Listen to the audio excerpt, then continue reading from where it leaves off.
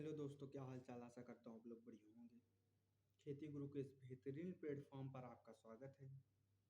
मैं लेकर आया हूँ पॉडकास्ट सीरीज में क्रॉप फिजियोलॉजी,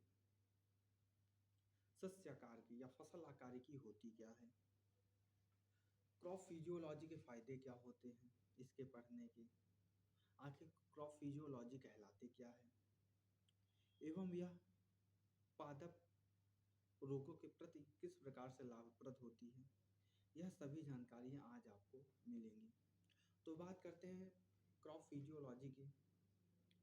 पादप या फसल आकारिकी क्या है? फसल आकारिकी कृषि विज्ञान की वह शाखा है, कृषि विज्ञान की वह शाखा जिसके अंतर्गत फसल संबंधी अभिक्रियाएं, उपापचयी क्रियाएं एवं उनसे होने वाली अनुसंधान तथ्य एवं कृषि संबंधी प्रबंधन एवं नियंत्रण एवं कुछ ऐसी बातें जो कृषि प्रणाली को अलग कर देती है, इन सभी कथनों का गहनतापूर्वक सिद्ध करना सस्य या फसल आकारिकी कहते हैं। तो बात करते हैं साइटोलॉजी, कोशिका विज्ञान, कोशिका का अध्ययन साइटोलॉजी कहलाता है, वहीं ऊतकों का अध्ययन हिस्टोलॉजी कहलाता है। अगर कोशिका की खोज के बारे में बात करें तो कोशिका की खोज सर्वप्रथम रॉबर्ट हुक ने की थी 1665 ईस्वी में। यह मृत कोशिका में उन्होंने खोजा था। वही बात करते हैं 1674 की बात, तो एंटोन वान लीवेनहॉक जिसे कोशिका खोजकर्ता के रूप में जाना जाता है, इन्होंने प्याज की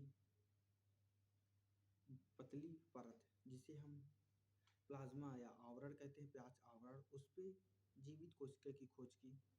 तो वही बात करते हैं दुनिया की सबसे बड़ी कोशिका का नाम, तो वह है सुतुरपुर कांडा।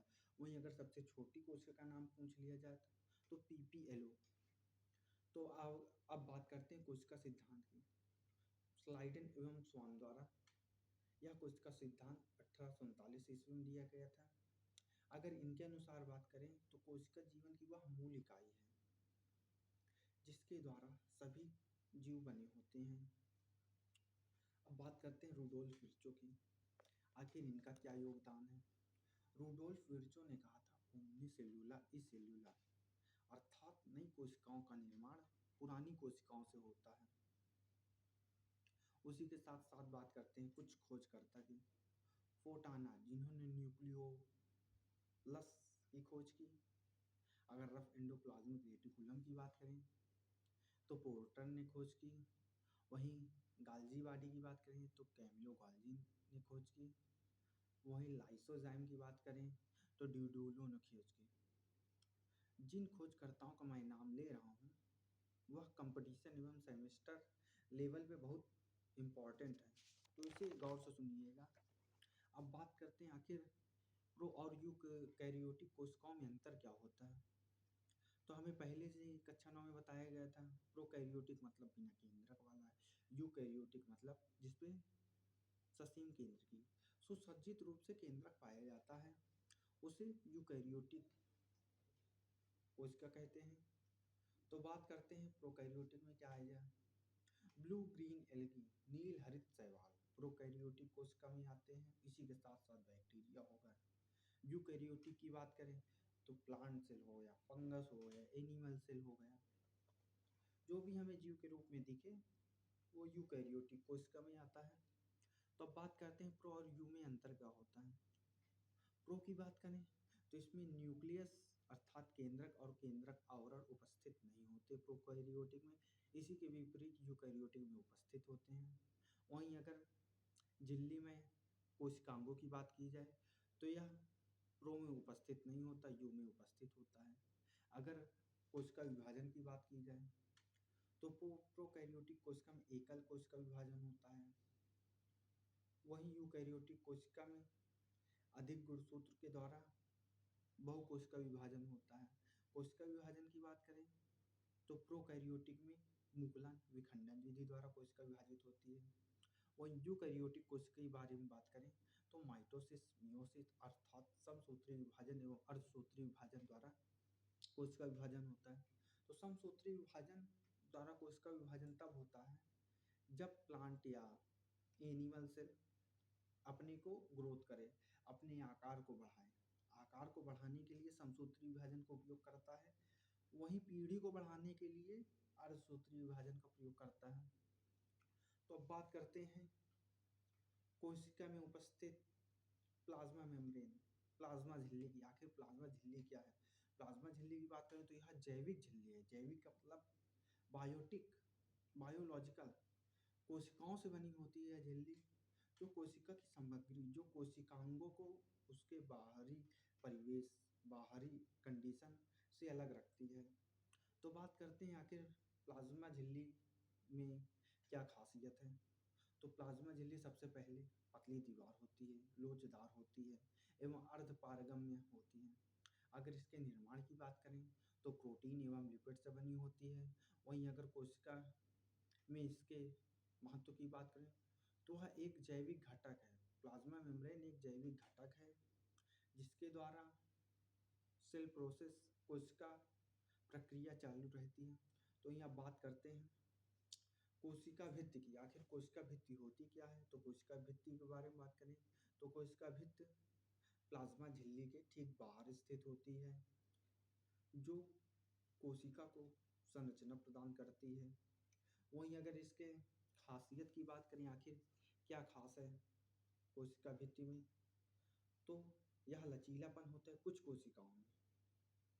कुछ ऐसी प्रकार की कोशिकाएं होती जिनमें सेल वॉल लचीला या कोशिका भित्ति लचीला होती है, एवं इसके विपरीत कुछ ऐसी प्रकार पाई जाती हैं कोशिका के जिनमें कठोर होती हैं। अगर इसके निर्माण की बात करें तो यह सेल्यूलोज से बना होता है, एवं इसके घटक की बात करें तो यह निर्जीव और स्वतंत्र रूप से पारगम्य होता है। पारगम्य का मतलब यह कहीं आ जा सकता है बिना किसी मदद के। तो वही बात करते हैं न्यूक्लियस केंद्रक की।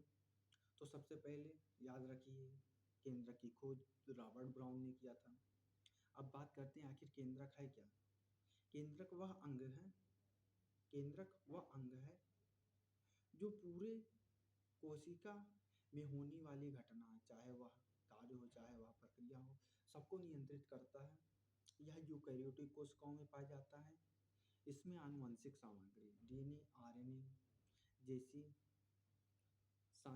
संरचनाएं पाई जाती हैं। वहीं अगर इसके क्वालिटी या खासियत की बात करें, आखिर यह किस बेस पे खास अपना खास रोल अदा करता है, तो यह गोलाकार होता है एवं केंद्रक झिल्ली, जो केंद्रक झिल्ली होती है उसके अंदर आवृत होता है, उसके अंदर होता है।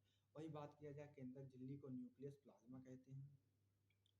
केंद्रक उस झिल्ली के अंदर उपस्थित होता है जिसे केंद्रक झिल्ली कहते हैं, केंद्रक आवरण कहते हैं। अब बात करते हैं साइटोप्लाज्म। साइटोप्लाज्म एक गाढ़ा जेली जैसा पदार्थ है जो कोशिका झिल्ली से घिरा होता है, और इसमें केंद्रक को छोड़कर सभी कोशिकांग होते हैं। अर्थात केंद्रक वह कोशिका है जो साइटोप्लाज्म से अलग रहता है।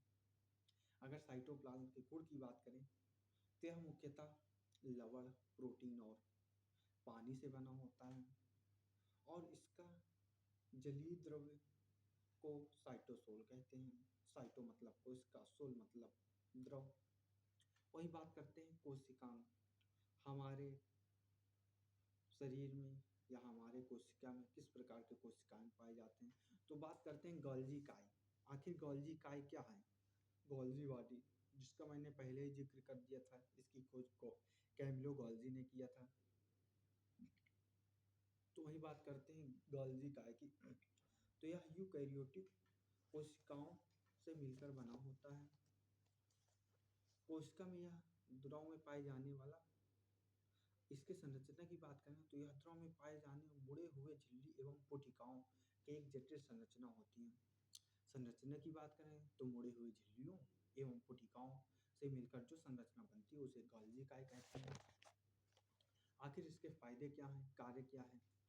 प्रोटीन संश्लेषण करना, प्रोटीन निर्माण एवं प्रोटीन होने वाले अवांछनीय कारकों को छांटना, अलग करना एवं जो उपयोगी कारक हैं उनको भेजना आगे, लाइसोसोम का निर्माण करना और कोशिका के चारों ओर लिपिड के परिवहन की सुविधा प्रदान करना। लिपिड के परिवहन की सुविधा का मतलब उन्हें ऐसी कंडीशन बना ऐसी कंडीशन देना जिससे लिपिड का सरलतापूर्वक से संवहन हो सके। तो वही बात करते हैं माइटोकॉन्ड्रिया की। भाई साहब, पादप कोशिका का ऊर्जा ग्रह कहते हैं।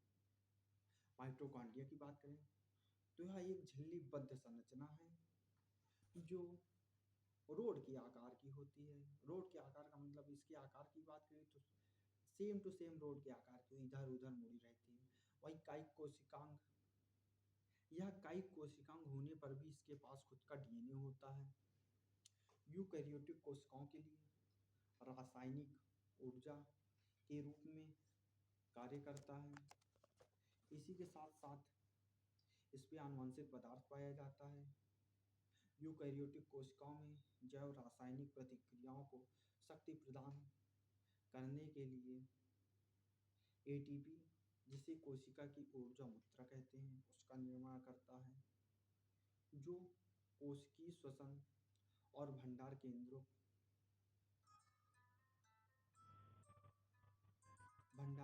की जगह रसोई घर में ऊर्जा का संग्रह होता है। धन्यवाद।